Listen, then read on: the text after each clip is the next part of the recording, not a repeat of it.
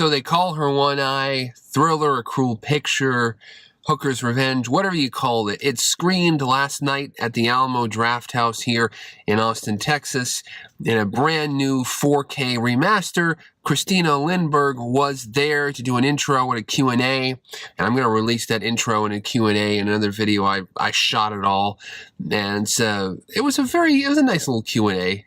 had some kind of oddball questions, but it's a fun video, so you can check that out. The movie itself, I had no idea that Thriller: A Cruel Picture was going to come out again in this 4K transfer.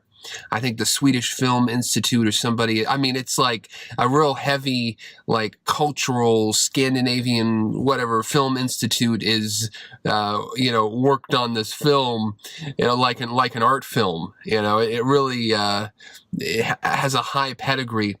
And I had no idea this was coming until the tickets went on sale a few months ago. And I don't know if this is going to tour around the United States or the world or wherever, but if you get a chance to watch it, I mean, it really, really looks good in 4K on the big screen. Granted, the colors are not that different than the Synapse DVD, which came out, oh my God, probably over 10 years ago. But this is just a remastering of it. The grain on the big screen is just beautiful. The grain structure, the color. I mean, this is a beautiful looking film. I mean, the color, the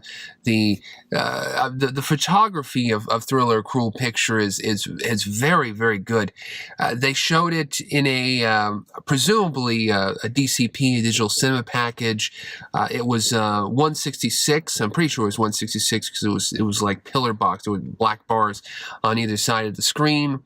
It was subtitled, and it was the soft version of the film, or it was a soft version of the film. According to the intro, they had an option to show the hardcore, the hot version, and they decided to show the warm version of the thing. So I don't know if it's the same edit as the Synapse Vengeance edition. Synapse released a cut version of the movie. I don't know if it looks like, if it's that same cut or if it's a different cut. I don't know. I mean, the director himself, I mean, when he released the film, prepared multiple versions of the film, so it gets kind of muddy. Though I think that the preferred director's version is the full version, the full thing. But it was an interesting show.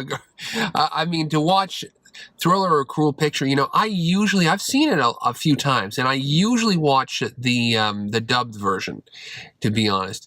I've watched the subtitled version years ago, but the subtitled version, it makes the film, it turns it into like an art movie. It's the weirdest thing. The subtitled, original language version of the film, Tony is a lot more serious.